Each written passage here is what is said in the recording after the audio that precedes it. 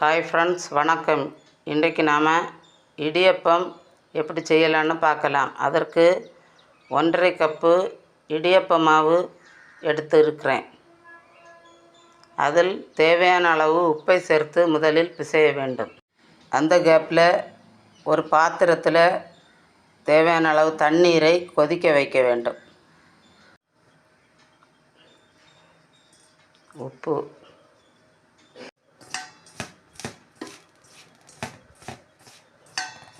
உப்பை எல்லா இடம் படும்படி பிசைய வேண்டும்.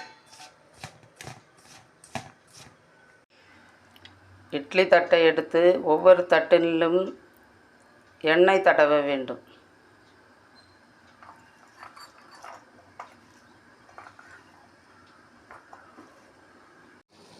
கொதிக்கிற தண்ணீரை எடுத்து மாவில் கொஞ்சம் கொஞ்சமாக விட்டு பிசைய வேண்டும்.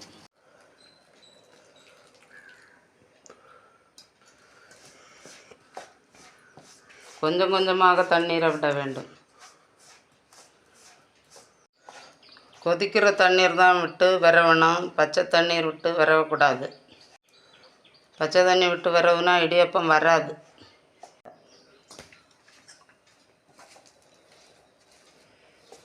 மாவை கெட்டி பதத்திற்கு பிசைய வேண்டும். தண்ணீர் அதிகமாக சேர்க்கக்கூடாது, அதன் அளவோடு தான் சேர்க்கணும்.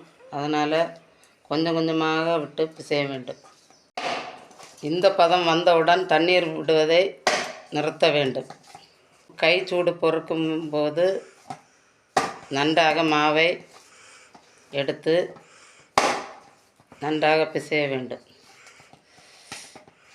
இட்லி பாத்திரத்தில் கொஞ்சம் தண்ணீர் விட்டு அதை கொதிக்க விட வேண்டும்.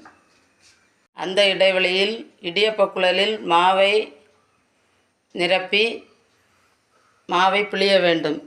ஒவ்வொரு இட்லி தட்டிலும் மாவை பிழிய வேண்டும்.